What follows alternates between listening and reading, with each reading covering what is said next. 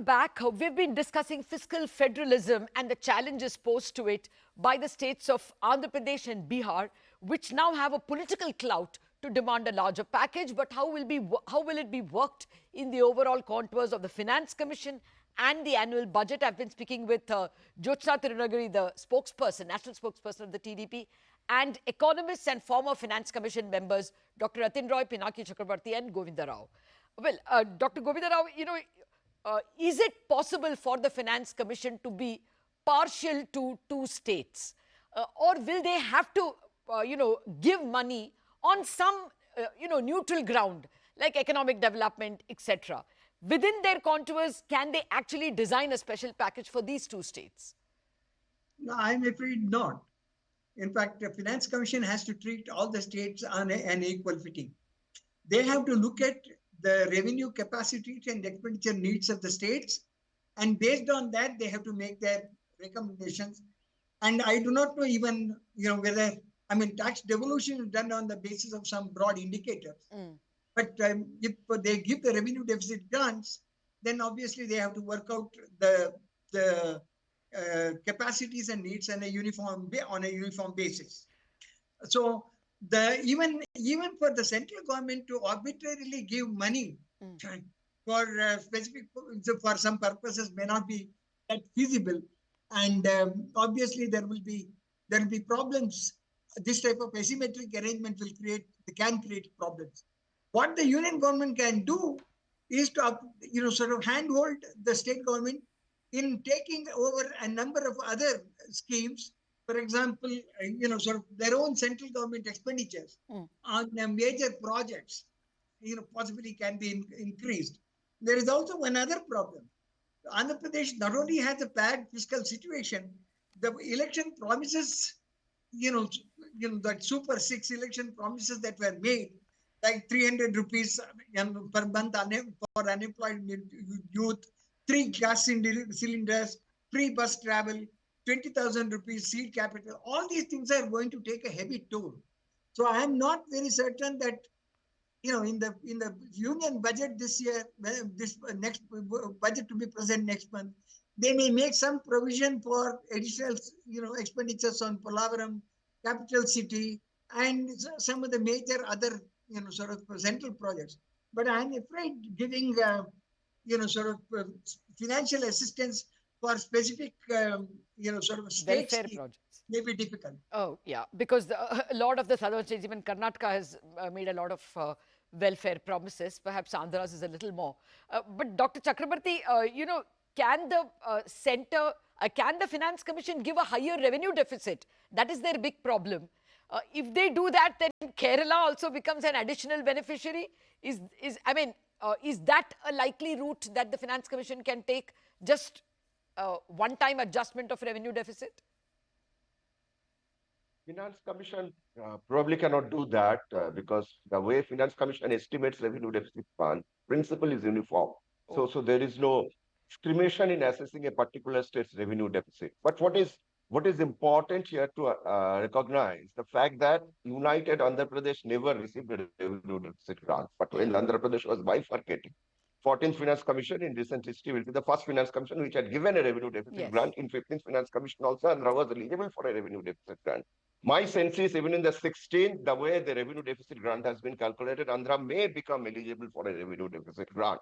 But what I am more concerned about is Andhra's rising capital expenditure need because the state has been bifurcated. The new capital city is being developed, and there are other investments required for a new state. So that kind of an expenditure, if Andhra has to do it, say through a grant or through higher borrowing, should be considered. No. If you can put extra money in a gift city, surely you can treat Amaravati also on a similar plane, can't you, Dr. Chakraborty? Well, in that context, I think the point Rathin made and Dr. Rao made, I think for a Finance Commission to make an asymmetric arrangement for Bihar and Andhra will be very difficult. It's not feasible. So we have to look at the feasibility. So it has to come from the budget, you're saying. That becomes a national concern if the fiscal deficit rises. That's why I'm asking. No, there are two issues. I think if it has to come from the budget, it has to have two different approaches. The first is one has to look at how I would say the public financial management in the last 5 or 10 years has resulted in increasing revenue deficit, and some of the increase in deficit is because the state was bifurcated and there was an extra Yeah, cost. So unless we have an understanding of how much is because of the bifurcation. because of the bifurcation, how much is because of the fiscal management or mismanagement, I think we would really know how much money is still required for Okay. addressing the issue of bifurcation and as additional resources. Okay, okay. Going by these arguments that all three of you made, Rathin, do you think the budget has to bear this deficit? Is there some unspecified burden? We are all going by the 5.1% fiscal deficit for the centre. Can that be higher because of the help they may give the two states? I mean, it doesn't, it really depends on the duration of or how the package is rolled out. Okay. I mean, again, this is the problem with how we do budgeting in India. If we had a rolling medium-term expenditure framework or a medium-term fiscal framework, then we could have reasonably rolled out the package in the next 3 to 5 years. Okay. And frankly, I think 4 lakh crores is affordable for Andhra Pradesh alone. Whether that money will come as in a guaranteed fashion or not, we don't know. And let us say that a consequence of this happening is perhaps a 1 to 1.2% increase in the fiscal deficit. Well, all the government has to do to deal with that is to improve its own competence at the center. It has been notoriously incompetent in doing disinvestment. It has therefore moderated its targets to match its incompetence. If it is able to raise its game there, then a transfer of let's say collectively half that amount is possible without affecting the fiscal deficit. So I don't think the question is one of affordability. The question is one of the competence of the central government's fiscal management to deal with its political promise. Okay. But lest people think that either Andhra Pradesh or Bihar has any ability to blackmail the government, let me assure you they don't. Okay. Because if they do leave the government and the government falls because they don't get a package immediately, then there is no guarantee that anybody else is going to offer them a package. That's true. That's true. Yeah, that's true. And, both parties will have to move in unison for the government to fall. So that's not anybody's base case. We have a stable government for the moment, for sure. Jyothsna ji, we are all... We have a stable government in the next budget. Yeah. And there is no reason for anyone to inflate that budget so soon. Yeah. And therefore, I don't think you're going to see anything dramatic happening. Yeah, so the bargaining, what you're saying is the bargaining power is therefore, restrained by the fact that there's no plan B for the states of Bihar and Andhra. I take your point on that. Jyothsna ji, we have all been battling some numbers, 4 lakh crore, 5 lakh crore. I know you're going to once again tell me we have not yet got the numbers, there are no numbers. Just tell us whether we are discussing the correct figure or at least the range is right. You're looking at 4 lakh to 5 lakh crore? See, definitely when... No, yes or no, madam? No. Listen. Let me complete my point. Sure. Because what Rathin sir told was, I think that was the last number. It's an old number, sir, if I'm not wrong, Rathin sir. Old number.